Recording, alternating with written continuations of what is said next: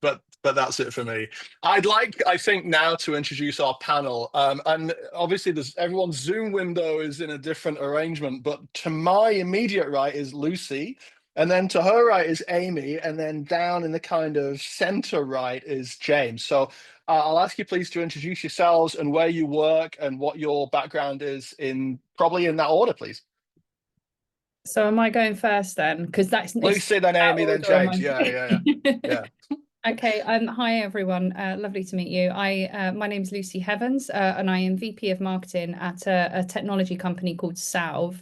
So we are a reg tech provider. So we provide solutions for fraud prevention and detection. Myself, I have spent more than or just over 25 years in the fintech industry. Before it was called fintech, it was just called boring old banking technology. It doesn't sound quite half as sexy as fintech. But yeah, I've worked for large organizations, large tech companies, and smaller, more recently, kind of more smaller fintech and startup and scale up organizations. But yeah, always helping with kind of go to market strategies. And I've been in the kind of working with reg tech companies for about the last 8 years, really sort of growing the reg tech community and sort of my, I suppose, personal brand around it and interest. And then more recently, the last 18 months in FinCrime, and I absolutely love it. It's so interesting. I don't want to do anything else. That's me. Thanks, Lucy. Amy, over to you. Yeah, hi guys. I'm Amy. I'm the senior financial crime manager at Flagstone. Flagstone is a cash deposit aggregator and a savings platform. My background, similar to Lucy, is fintech. Again, small startups ranging to much larger organisations. My specific background is around financial crime operations. So a lot of my career have been kind of managing those operational teams within the FinCrime space. Over the last 18 months or so, I've moved much more into the sort of compliance space around FinCrime regulation and how we can implement that within a fintech. Automation and all of that good stuff with product and tech and stuff. That's me. Nice one. Thanks, Amy. You're very welcome, and we're excited to hear what you're going to say. James, over to you in the blue shirt down there. Thank you very much. Hi, everybody. So I'm James. People know me by my initials, so JBP. So I respond to both. Well, firstly, I hate to admit it to the coffee club, but I am drinking a tea. I hope I'm still accepted into the group. We'll allow it. Yeah, we'll allow it. And I did plug iced coffee. Has anyone got an iced coffee today? As it is a beautiful day. No? Sandy down there. Put Good stuff. That's There we iced go. coffee. Yes, Iced Sandy. coffee represent. Love that. Whenever I'm in New York, all they do is drink cold brew. So I mean, that gives away the company I work for at the moment. They're New York headquartered. But my background, I guess my tech background. So like currently, I've always been I'm non-technical, but I work for a company called Redgate for many years, which for those database DevOps knowledgeable people on the call will be familiar with that, probably that brand and business. But for the last decade, I've been working for RegTech, which originally was like RegTech wasn't a thing about 10 years ago. It was kind of just umbrellaed under fintech. But RegTech, ultimately regulatory technology, was deemed to be like the best friend of fintech. Like it was the key technical enabler for elements of fintech disruption. So I worked for many years in identity verification, specifically verifying government issued IDs. So a specific element of KYC and AML that sits within the RegTech space, but also identity sits across many other spaces. So I was doing everything from like supporting with delivery, verifying riders through to through to the crypto hype, through to verifying people on Babylon Health. So identity is broader, but specifically, I spent a solid 6 years there working on some of the early stage fintechs and supporting their growth. More recently, I'm now head of EMEA for a customer due diligence platform. So think orchestration and workflow management across KYC and AML. And that's a company called Alloy. New York headquartered, we're at Series C. And yeah, I've been growing the operations and team here in the UK. Thanks, James. So, folks, what a fantastic panel we've got, I think, from spread across the industry. Lots of different kind of vendors in the space, lots of background in fintech reg tech, fin crime, and anything else you care to mention. So if you do have questions for this group, we're going to talk today a range of things, anything from intel sharing all the way through to scaling fin crime operations, who owns the risk, where does the risk sit, like how you grow and how we're operating now and in the next few years. So if you do have questions, please feel free to put them in the chat, raise your hand. We'll obviously have time at the end, but if there's anything that comes up that you want to talk more about, then just dive straight in, right? So I'm going to start right now with a question, and I'm going to ask James. My background as a software engineer is that I know it's like an article of faith that you can't bolt on security after you've built the product, right? Now, is that true for fin crime operations and for your space as well? Like fin crime's bolted on too late. What's the impact there? So bolted on, I guess it's different approaches maybe. Do you I think about here that from fintechs across the spectrum, it's either, I guess, reactive or proactive when it comes to fin crime controls, with a foundation of your regulated entity. You can't have nothing. Like, you have a regulatory obligation to, when you go to market, to meet a number of certain controls and expectations. Certainly in the UK market specifically. US, it's slightly different. There's a slightly different, I guess, risk-based approach or compliance oversight. But certainly if you are a UK-based business, then you have to have something in place. But how you invest in it going forward could be a reactive one, i.e., oh, I've seen fraud, so I should fix this hole, or I'm seeing poor conversion rate when onboarding customers, I should fix this one. And you can iterate over time, which is not an unusual way for tech companies to kind of scale their operations. But the proactive one seems to be a very interesting one that has led to those who have done that typically carrying the competitive edge. So if I think back like to the early days of fintech, in like early days being like 2016, 2017, the number one USP that everyone was selling to back then, and it probably still exists today, is speed of onboarding. Nothing about the payment, nothing about necessarily the primary service that's being offered. Like, don't get me wrong, that's like the thing that people are going for, but the speed of acquisition or the speed that you could get to that service was actually the thing that you would see being advertised on having a business account in 30 seconds, or be able to send money to your relatives in 1 minute. Like, that was, the time was fundamental. Now, that in an unregulated world is a very different mindset about how you solve that versus a regulated one. So that isn't probably an area where I have seen those who kind of nail that aspect of it are the ones who are able to achieve typically high growth. So think of, I guess, your neobanks who kind of like disrupted the like 80 to 100 click current account onboarding processes that had historically been the number one way to do it in a digital world. The neobanks came along with like 20 steps, maybe even less, and you would have a current account open. I remember I run a non-profit on the side now. I remember trying to open our bank account with a major high street bank whose name everyone will know, and it took 413 days end to end. Yeah, absolute killer. Yeah, absolute due diligence up to the eyeballs. Yeah, painful. Fascinating, James. Thanks very much. Amy, I'm interested to hear from you with your background in scaling fin crime operations. And one of the things that James mentioned, which, struck a nerve for me as a software developer, is that like agile cycle of software development, right? So like, how does scaling fin crime operations mesh with scaling software platforms? It's everything James says is absolutely on the money. So if we take again the onboarding journey, for example, and think about what you just said in terms of 400 and something days, as soon as we get to 400 anything, it's too long, right? So you are then creating bad customer journeys.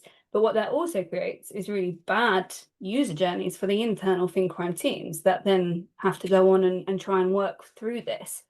So it goes hand in hand. Your fin crime operation teams want that automation. They want that good journey. It means that they can look at edge cases and complex cases, really use their expertise rather than looking at your sort of day-to-day run-of-the-mill. Think about last time you opened a bank account. If it was a neobank, you probably did it sat on your sofa with just your phone.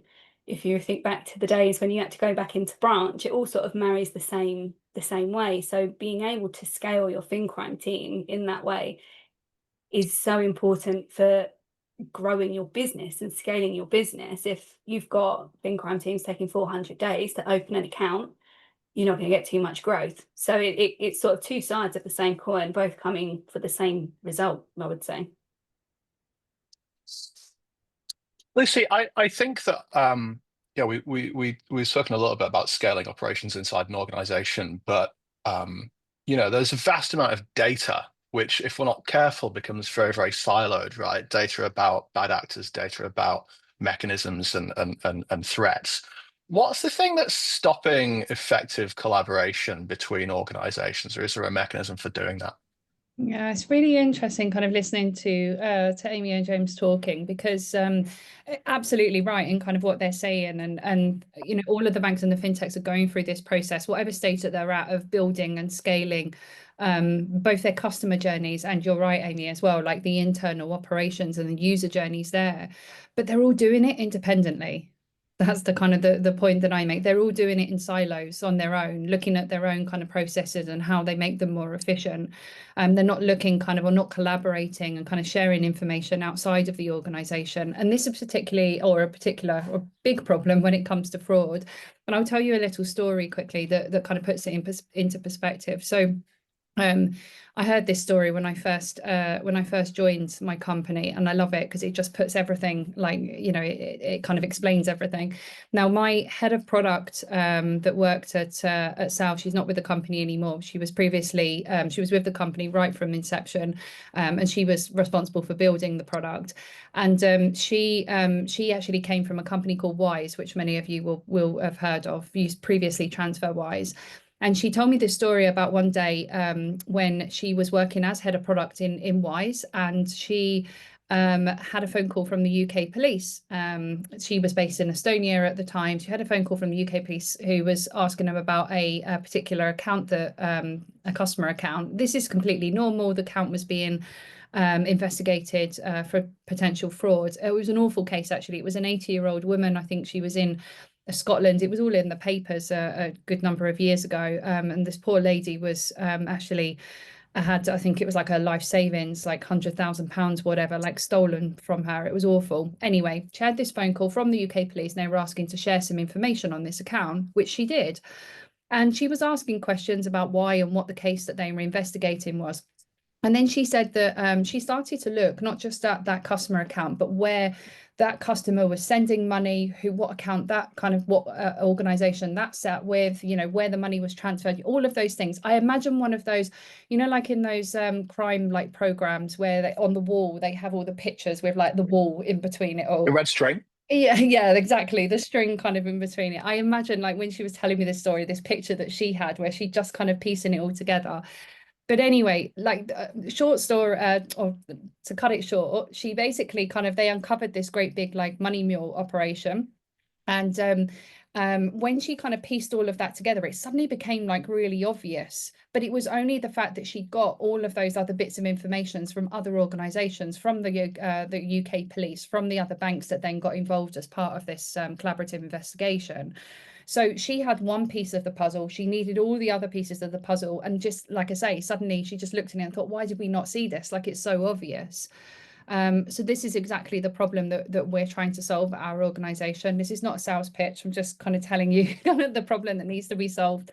But yeah, everybody's working in silos at the moment. They've all got kind of their data that's sitting within their organization, but we're not sharing that data outside of the organization. And that's what we allow. We allow that direct communication between financial institutions, so that when a potential suspicious sort of case is detected, then they can share the information with the other organization, and then you can come to a conclusion much quicker and stop that crime from happening. Because that's what we need to do. Once the money starts moving into the financial system, it's lost then, right? It's moved from bank to bank to bank, and then eventually cashed out at some dodgy crypto firm or whatever. So that's what we're trying to solve for.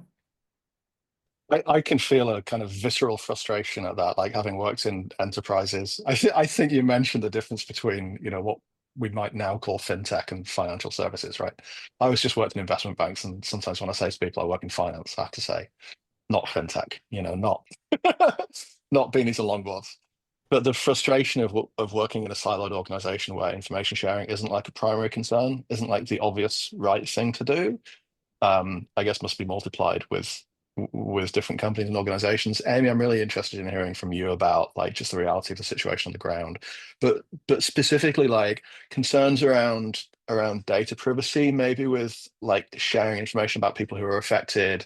Like liability is an obvious concern for financial organizations, and maybe even competition. Yeah, absolutely. In terms of competition, I completely agree with Lucy, to be honest. There's financial crime benefits no one apart from, but it doesn't benefit anybody. There is no reason why we should not be learning for each other. You raise a really tricky point around data protection, and anybody that works in the kind of knows that data protection is a really hot topic. It has been for the last few years, and it's very strict and very stringent. I'm sure Lucy and her company have got really good ways to work around this, but that will be, in my head, what's going to put a lot of sort of companies and institutions off doing that.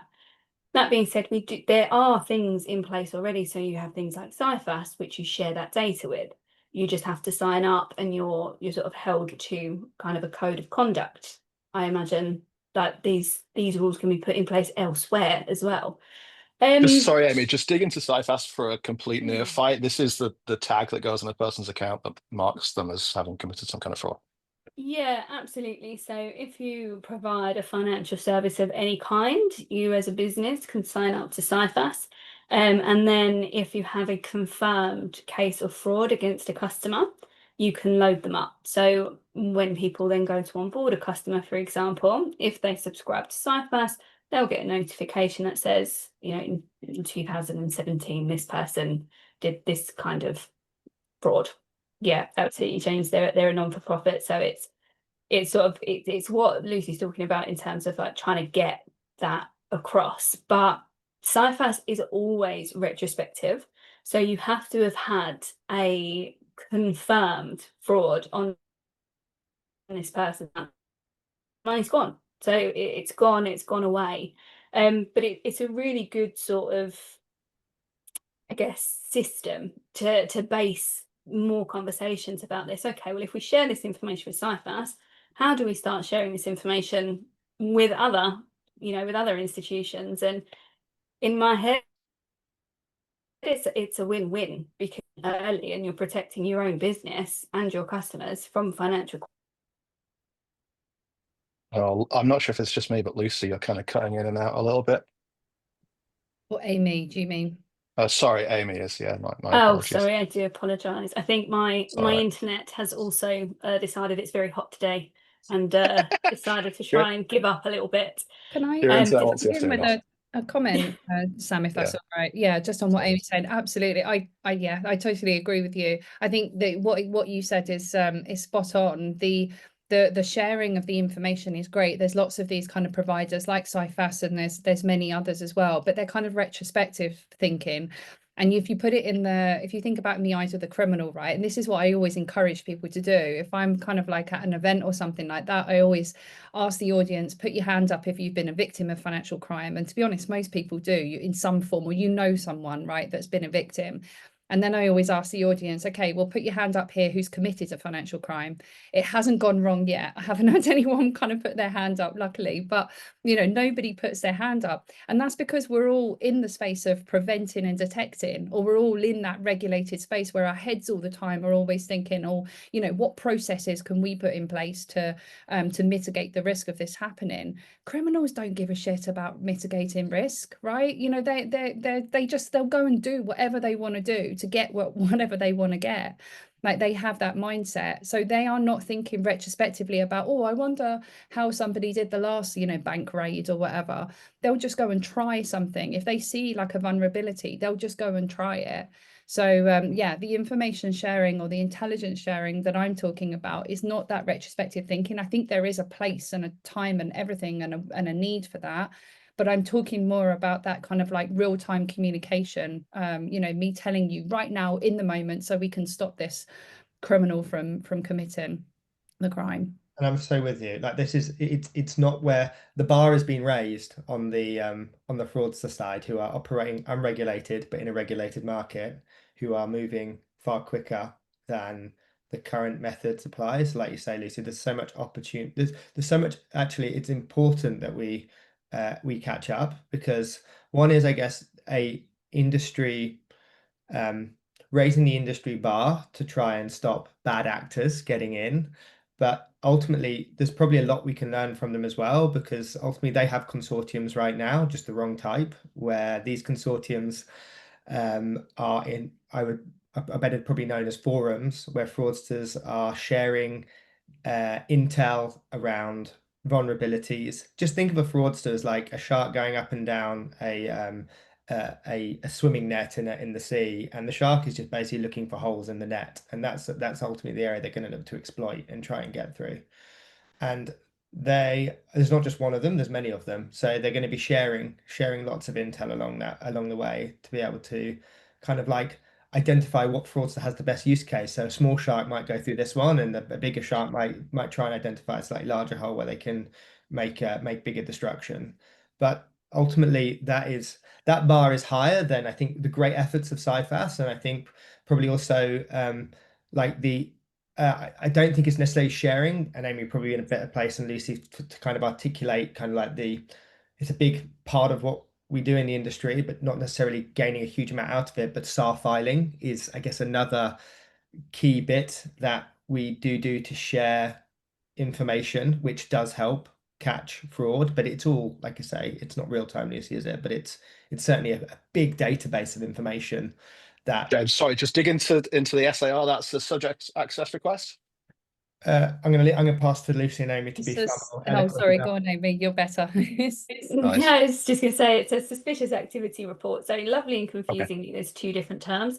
So the subject access report is what we were sort of discussing in terms of like data protection, and a suspicious activity report is what James is talking about in terms of if you see or suspect financial crime on your platform, you are duty bound to report it. You can get fines if you don't. But I mean, they could be a whole other discussion. So to be perfectly honest, that we could go in. Yeah, I probably won't, because we will be here for the whole hour. But they could be a whole other discussion. They're very valuable, but very flawed. Well, we can maybe just cap it off by saying that naming things is hard, and we all acknowledge that. I'm here in the States, and I think sorry to interrupt. Sorry, Lucy, go ahead. There's a question actually I'm pointing that way, but it could be anywhere on your screen. But Benita's actually got a question, got a hand up. Oh, let's. I have my. Hang on, if I got 2 pages. If you have your hand up. Oh yeah, you do. Sorry, Benita, you were covered by a post-it note. Please feel free to come off mute and ask your questions to the panel. Thank you. Can you hear me? Yeah. Thank you. So, I mean, just a brief bit of intro. I was contracting, or I work in different firms, but I've done Barclays, HSBC, and most recently I was helping Monzo with their Irish setup, the FinCrime operations. Hence, I thought, the topic's interesting. But just to differentiate when we're talking between what Lucy was saying and what Amy is saying, I think we should just have that difference out between FinCrime and fraud, because for FinCrime, you'll have a suspicious activity report, a suspicious transaction report if you're talking Ireland, because that's STR there. So there's also jurisdictional differences, but those are not so binary. So when it's financial crime, and I put my hand up when you talked about when you were at a panel and you said, raise your hand if you've been part of, conducting financial crime.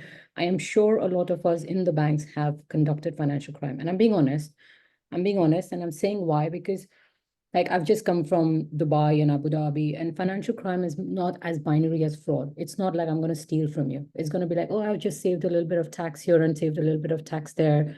You know, it's not a hardcore sanctions evasion, or I've just deposited some cash into the machine. You know, like I was speaking to people in Dubai, they're like, yeah, okay, you know, the bank just looks the other way if I regularly drop a small amount in the bank, you know, it doesn't matter. So it's when you're onboarding, going back to your point of onboarding, sure, for fraud, you can say this is a person who's definitely conducted fraud. Here was a CIFAS marker against it. That too, I've done a huge piece on NatWest, where you've got to remove the marker then when you realize you've done something wrong. So you've also got to write back to the customer to say your CIFAS marker has been, you know, redacted or whatever. But with financial crime, it's not that straightforward to say this person, we suspected them for financial crime and therefore you shouldn't onboard them. And here is 15 SARs against them, because that's not information that's going to be shared. And the SARs are just piling up one onto the other. So both ways, it's a pain, as you mentioned. It can be a completely different event, because writing a SAR, submitting a SAR, I think generative AI is going to help. But otherwise, it's about an activity. About the last place, one of the places I was at, it was a 57-minute to do one SAR. So we're not talking light in terms of operations work. I think you're absolutely right, Vanita. And this is, Amy, I'm sure you can like give some light on this as well. Just from my perspective, this is exactly what I was talking about in the kind of the I suppose the sort of the data sitting in a database somewhere and being able to analyze that. That's absolutely, there is a need for that. We need to have that data so that we can better serve some of those AI kind of generated rule detection sort of systems and, you know, all that sort of thing, rule building for detection. But what is missing a lot of the time is the context, like what you just gave, that human intelligence. You know, you've got years of experience in doing what you're doing, and you've got a kind of like a nose for it now as well. You can kind of see things that other people can't see, and the same in other organizations. And that's the kind of intelligence I think that we're missing here. There are other systems that are doing kind of all of that data interrogation, and that's really great in that analysis. But yeah, that human intelligence, we can't forget this. And that's what needs to be shared. And that's what the criminals do, right? They use their experience and intelligence with each other, group together and form these organized crime groups. So I guess one of the things that comes up quite a bit in these kind of circles is, you know, you have to be lucky every single time, right? But the criminal has to be lucky once. Yeah, I see. Amy, you were going to jump in. Sorry, yeah, I think it's an interesting point that you raise. It is true, but I would say, I mean, committing fraud is a financial crime. But when we talk about splitting out fraud and money laundering or you know, perhaps in sanctions, that kind of stuff, like fraud is binary because you either did it or you didn't. Like a victim that's there and a perpetrator that's there, hence something like CIFAS. With money laundering, you can, you know, it's very rare. You as a bank can never be sure because the money's come from somewhere and it's gone somewhere. You don't have access to that account. You can see patterns, but you can never confirm what you've done, which is where a SAR comes in. So it's suspicious activity report. It's not confirmed bad money laundering. We know this is going on. And that's when our reliance on, you know, the police and that kind of stuff comes into it, but we don't get to see that. It's quite rare. You know, I've worked in financial crime for a long time and it's rare we get a confirmation from the police that actually what we've done is catch something and report it and they're being taken to court. I mean, I don't have numbers off the top of my head, but big banks will file hundreds of how many money laundering cases actually ever get to court. It's minimal. It's really minimal. So there's two sides to it. Fraud, it is binary because you did it or you didn't. Money laundering, it's much more trickier. And I think we as financial institutions aren't always given the tools we need to be able to report that to each other and to the authorities correctly. So we're left doing things like, how do we automate this? You know, how do we catch more criminals with our transaction monitoring or our screening tools? Can I just add something? And I promise I'll keep quiet after that, Sam. Amy, to your point, I think there's about 52,000 SARs in the UK in a year or something. I'd done a podcast with 11FS and it kind of got the number of that at one point. But to the binary point also, it's becoming less binary with fraud, with authorized push payment. something like romance scams. So I was meeting with someone this morning and she said, we're talking about it. And I think I said, I think I've been victim of romance scam, romance fraud once, but it's hard to tell.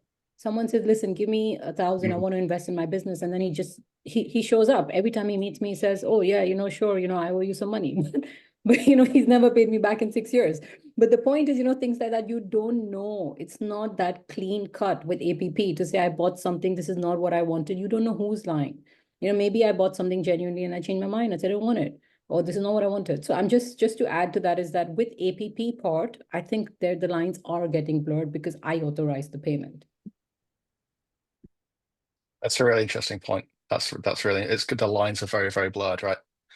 I think given that, we should maybe move on to like regulatory and central authorities, like where these SIRs go. I'm in Brooklyn right now. Whenever I go down to the store, there is a wall covered with photographs of like CCTV stills of people who have robbed the store, like the perp wall. And it's amazing. It's not the people you would expect. Or maybe, I mean, if this is an expert group, it's lots of old people who have like, they've grabbed the bread, they've put a zucchini in the bag, and they've walked out the shop. Right now, I saw a story a few years ago of that happening in the UK, and the police coming around to the shop and shutting it down because it's a data protection risk. You just can't publicly accuse people of having robbed from your store, right? So obviously the regulatory environment in the UK is very, very different, and I believe it's right. It's all right. People have rights. I'm interested, maybe Lucy, James, we've not heard from you for a little bit. When we spoke earlier, you introduced this idea of like the triangle of blame, right? There's regulators, there's banks, and there's kind of fintechs. And I'm really interested in like when there is suspicious activity or when there is a known, maybe towards the, we're more sure of it, case of fraud. What do you do with that? Maybe Lucy, we could hear from you. James came off mute. I think James was going to go on. Well, You go. Go on, James. I'm thinking about it from a responsibility perspective. There's a responsibility. I guess the triangle of blame is typically the whale in the room that kind of hinders loads of sharing of data because there's this element of like who holds the liability in those instances, and it kind of goes down the rabbit hole where you kind of like just get paralysis of anything happening. Like there's a responsibility across regulators, banks, and tech that if they can ensure trust in the ecosystem, then it will stop citizens within that under that license to freely do what they want to do. So like the opportunity is if you can have confidence in your banking system, then you will stop putting money under your bed. You will do the transaction quicker. And like the risk of APP fraud, and I think the intent has been very good, is that people were getting anxious, they were being victims, and it was creating what I would say is a slowdown in fintech adoption. Like the time you would have a bit more confidence about sending over $5,000 or a money material to you, you would think twice, and you'd have that real concern of, is this person I trust at the other end the right person? So I would love probably that's my kind of thinking about like who owns the risk is like taking on responsibility, but I'll love to lean on Lucy and Amy to think about if they've got a different viewpoint of how to answer that question. Either of you two, fastest finger first. Not really, to be honest. I'm having to think about it. It was me that kind of brought up, I know I kind of brought up this triangle of blame, and I'll tell you where it kind of came from, actually, just to sort of spark some thought, I suppose. But it was a conversation, it was a panel that I did years ago, before COVID, actually. And I was talking about this kind of, the what I call the triangle of blame between the regulators, the banks, and the tech companies, and how we can kind of really start to get everybody working together more and to bridge that gap. And I remember two of the banks on the panel saying that, making a really, really good point and saying, look, we're trying to kind of work with technology companies, but we're big banks and we have big like legacy sorts of platforms, and systems, and trying to integrate all the time with all of these kind of solutions is just a big job. And what they said was, we just want to see more collaboration from the reg tech, from the technology providers. We want to see you kind of coming together more, and instead of these kind of point solutions that you're providing, just really look to provide like a bigger piece of the puzzle, really. And then it makes the kind of process of integration and implementation and onboarding and everything much quicker. That's kind of where it came from. And it's the same, isn't it, whether it is in FinCrime operations or any of the other operations in any department across the banks. But yeah, I think it's just a case of bringing those processes together and not sort of treating them in silos. Regulators can't do that, though, without providing a framework for, I don't say blame sharing, but like the allocation of liability, right? Like, I read this thing, a really interesting thing the other day, where someone was talking about why utility companies, when they dig up the road, don't work together. Like, what? You've dug the hole, let's fix the gas main whilst the water company has dug the hole to fix the water main, right? Why don't they do that? And it turns out that the gas mains and the water mains are really, really deep in the ground, and the telephone lines and the telephone cables are really, really high up. So if you're like the telephone company, you do not want to collaborate with all these other companies that are digging holes, because as soon as something goes wrong, you'll always get the blame. If any cables get cut, it's your cables. So there's no interest from them in collaborating, because they're not being pushed into a space where they ought to or where they need to. Even though for everyone that's trying to drive down the high street, it would be better and it would make a big difference. And it's interesting, it just occurred to me that the space here is the same. It's obviously frustrating that we're not collaborating. It's obviously frustrating that we don't have you folks are trying to build out, but like a coherent platform for sharing information about risks and about threats and about suspicious activity. But it feels like the regulators need to come to you with a framework for sharing liability and for taking on some of the liability themselves. I've just shared like a link, Sam. This is probably the closest that we've got, because there is liability is managed in the regulatory sandbox.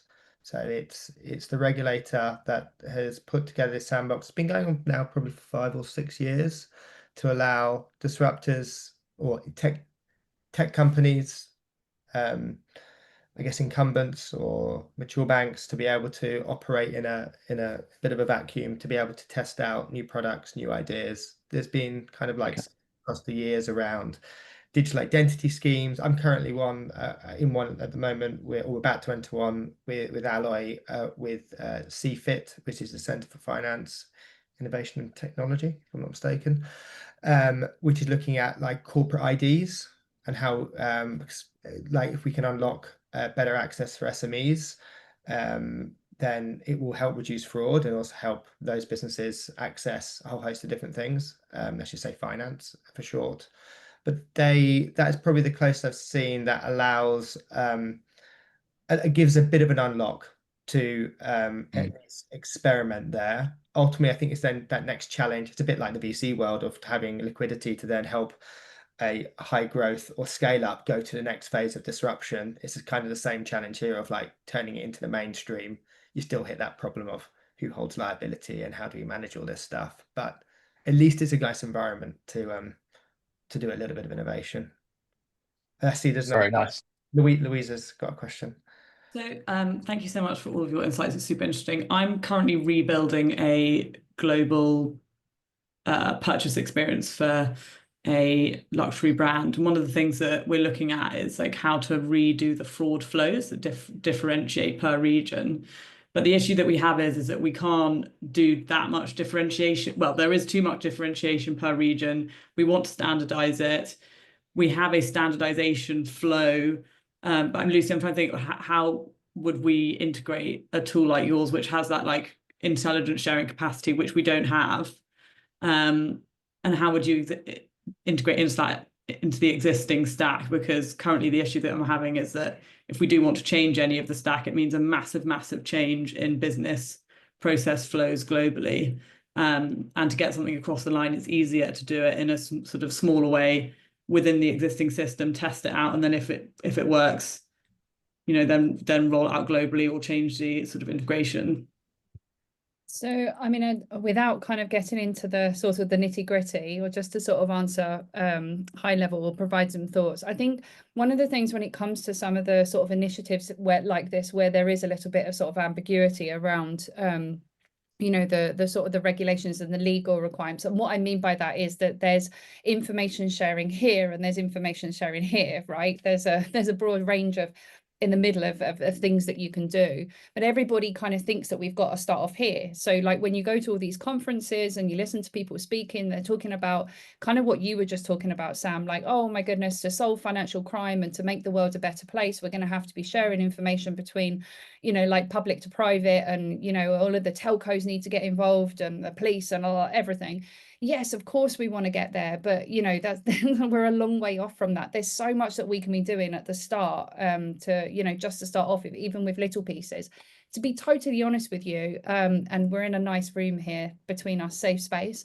But, you know, I know the data sharing or the information sharing happens at the moment. I know that the FinCrime teams have got people that they know at organisations, or like friends and ex-colleagues that they'll pick up the phone to, or they'll drop an email or a WhatsApp over and say, hey, like heads up, or like help me out with this.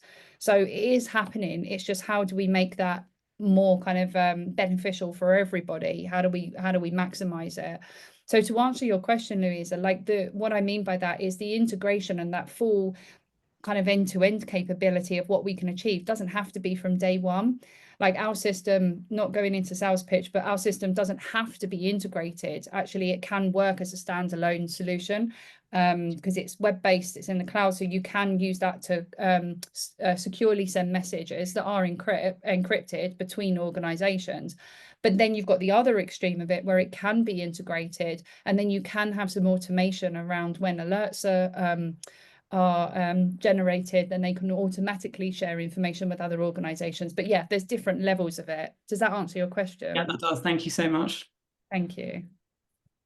Thanks, Louisa. I'm just looking in the chat. There's a bit of activity there. So, Lucy, if you're not looking in the chat, please do open the window and have a poke around. So, Lucy says, if you want to confess that you've committed a crime, you can do so on LinkedIn. And then Vanita said, you can shoplift in my local store. So maybe that's an opportunity for anybody that hasn't committed any crimes recently. And then James JBP has dropped in this FCA sandbox, which is definitely worth a look if that's your bag. And then Tony's written a paragraph, which I think, Tony, if you want to come off mute and ask the question, feel free. Otherwise, I'll try and boil it down. Sure.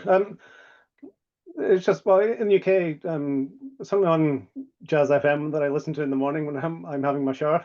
Too many details. But there's a legal company that will then advertise the services for any sort of crypto fraud you've had or crypto crime. This is where an individual has invested in some crypto thing, that's been scammed, but they've passed the verification tests or the calls from the banks. And on doing a bit of sort of research, because I kept hearing about these alerts and I was getting a bit annoyed, so I started doing a bit more research as to how it all works. And ultimately, the legal companies are then placing the blame. So going back to your triangle of blame, they're placing the blame back on the banks. And they're trying to look to recoup the funds you've invested in crypto from the banks, even though you've kind of passed the, yes, it's my own personal investment, et cetera, questions from banks. I'm just curious as to what your thoughts are there. Yeah, I think what we've sort of seen there is that what's come out of sort of the new PSR regulations last year. So basically we looked back at this triangle of blame, who's to blame, and where we've kind of got to is it's the financial provider. That is who's to blame. And what happens in most financial providers is if you were to do that and you were to invest and send that funds to another, say, bank, you would then share this blame with the other bank. So who sends and who receives share the blame. You raise a really interesting question about crypto, because it's nowhere near as regulated, right, as the banks. So I would be very interested, actually, I don't have an answer for you, to be honest. That would be very interesting to see that scenario to the end and what that legal company are able to get, because crypto's its own sort of different beast a lot of the times. So yeah, I'd be massively interested in that.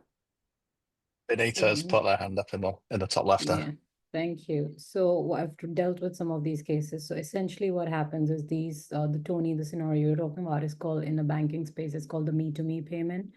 So you're paying Tony from Barclays to Tony in Coinbase or wherever, like, you're paying your own crypto account. You could then say, well, actually, I didn't intend to pay, or, there are multiple cases there that can happen. One saying this crypto firm is not a legit firm. It is a fake firm. And I thought I was opening an actual account, but, my money's just vanished. Or that this wasn't me, it was someone else. So essentially, the bank can refuse your claim. But back to Amy's point, by PSR regulation, maybe they can reject it to say, okay, we think you weren't being careful and all that. But more likely, the financial ombudsman will uphold that and say you were not careful because you should have protected Tony. So the bank will get into trouble for it. So what the banks typically do for now is that depending on their own appetite, so a JP Morgan or Chase will say, look, I'm not interested in all of this. I'm closing down my crypto. You can't put money into crypto. That's their payment. That's their threshold.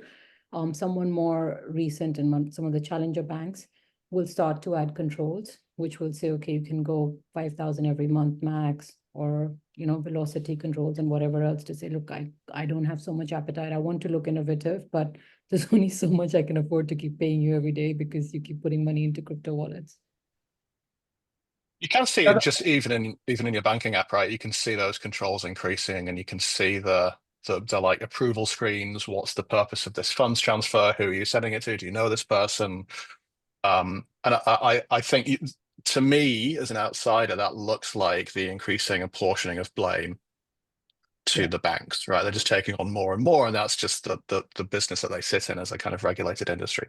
Probably not great if you're a bank. Probably really good if you're like responsible for a grandparent who's starting to go a bit doolally. It's kind of a bit lazy though, Sam, sorry. I just think, and like the processes and things that are being put in place at the moment, I don't know about anybody else, but the best kind of example that I have is that, when you're sending a payment on your app and it kind of does that, are you sure, or do you know this person? I mean, what a stupid question for somebody that's part of a romance scam and they've been talking to somebody for the past 2 years. They're convinced that it's this person, they're in love with them. Yes, of course I know them. I do think that it just sometimes, I don't know, again, I don't know about anybody else, but I tend to flip past all of these things now. I don't even read the notifications that come up. So yeah, maybe I am, it is my fault if I am a victim of financial crime, and I work in the space, for God's sake, like, let alone someone who doesn't work in the space. Yeah, very interesting. Amy, then James, let's you both come off mute.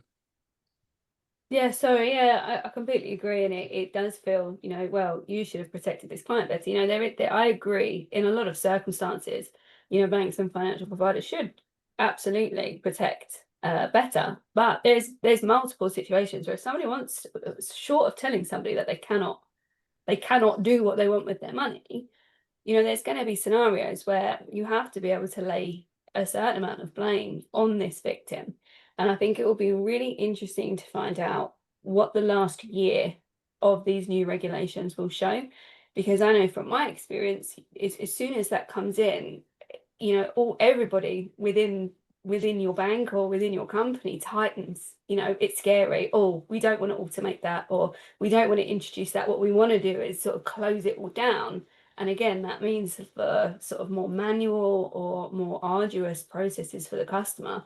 So I'd be very interested to see, we'll be coming up to a year of the new regulations in October. I'd be very interested to see what sort of data comes out of it. James.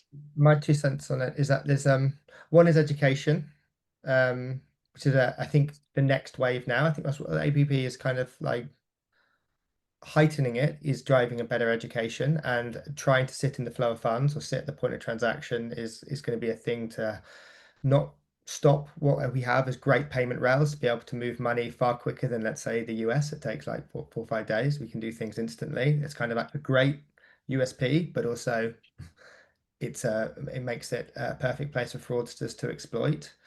So that's one side of it from a safeguarding perspective. The other's aspect, when I think about the strength of the bank's controls, because ultimately I'm hypothesizing a bit, but ultimately this is a telephone, a use case in maybe a call center where they're able to then get through that path, maybe that a little bit single threaded in it, and that's the vulnerability, and money is able to be moved, is kind of going back to the original. So this is an authentication challenge, and authentication is as strong as the verification you do in the first instance.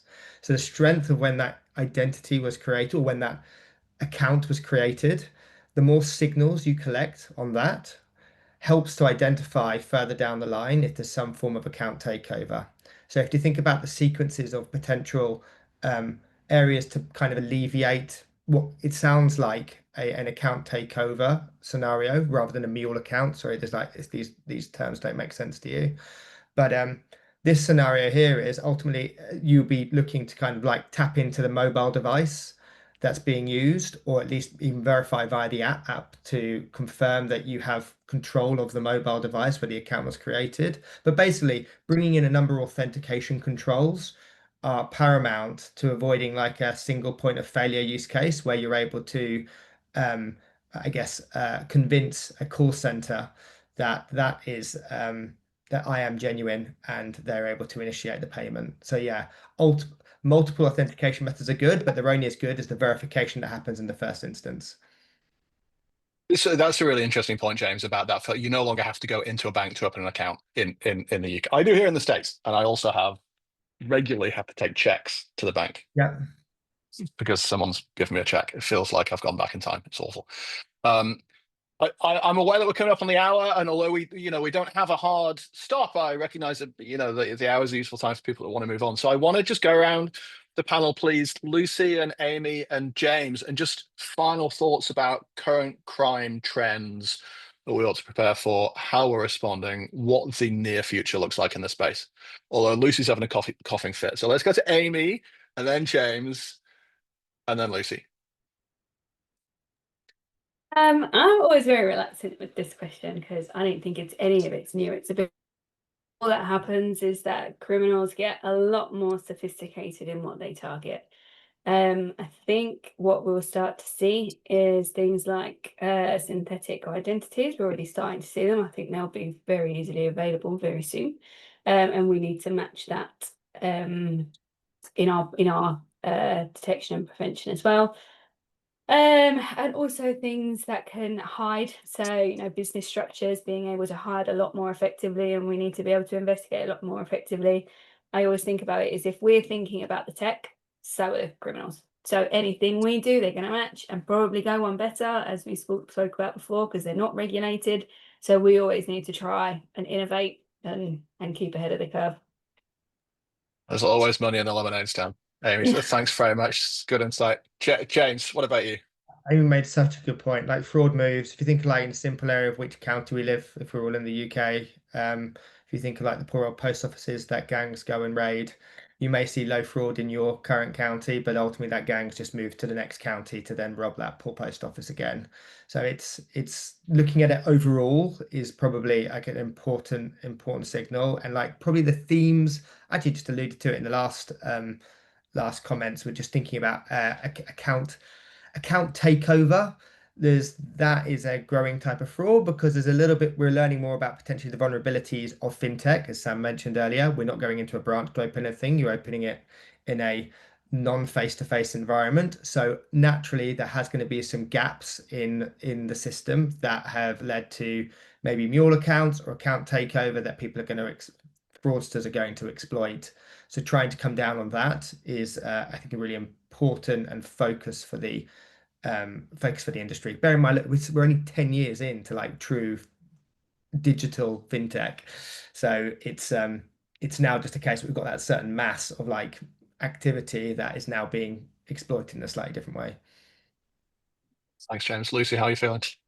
Yeah, sorry about that. There's a bit of coughing fit. Just very, very quickly, just a very, very quick story, I promise you. So I was at a conference, I think it was like earlier last year, and we played, instead of war games, it was like AML war games or something. But basically, we're all sitting on different tables, and it was all MLROs, heads of compliance from banks. And we were shown a kind of a scenario, like a case, a potential suspicious fraud case. And then we all had to decide whether we wanted to submit a suspicious activity report, whether we didn't want to, or whether we needed more information. That was kind of the game. And oh my God, the intelligence that was at that table, the gut feel that, like I said to Vanita, you know, being in the industry for so long and just having that little suspicion or like a sixth sense that I saw from these people was just incredible. They knew all of these cases were either a fraud case or not before I did. It was crazy. Human intelligence is the point that I'm getting at here. We're all talking about AI, and I definitely, there is a case for it. Obviously, I don't not believe in that, but I do believe in the kind of shit in, shit out scenario, right? So let's all kind of work on this human intelligence that we have to make sure that all of the intelligence we're feeding the AI is, you know, is decent, and then we're going to get the right learnings out of it. And that's why I really believe in this kind of human intelligence sharing between us. Amazing. Thanks, Lucy, for bringing us back down to earth. Folks, we've come to the end of our session. I just want to say thanks again to Lucy Heavens from Salv, Amy Devine from Flagstone, and James Baston Pitt, JVP from Alloy. You can find all these folks on LinkedIn, and I encourage you to connect and to continue the discussion there. Special thanks to Vanita for bringing some interesting questions and some comments from the bank side. It's really, really fascinating. I've been Sam Morehouse from Turntable. I love doing these sessions. Please keep an eye on LinkedIn for more of them. It's a new topic every week, every couple of weeks. I'll hand back to Barry Cranford just for some final words, but thanks for coming.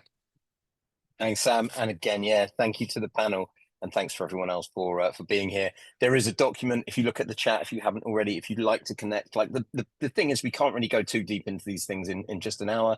The whole point is to start new relationships, start conversations in the space. So yeah, invite you all to connect with everyone who's on the call. We'll be back in a couple of weeks. So yeah, follow us and you'll see more about that. Thanks, guys. We'll see you again. Thanks, everyone. Cheers. Bye-bye. Thanks, Al. Thank you. Bye. Thank you. Bye.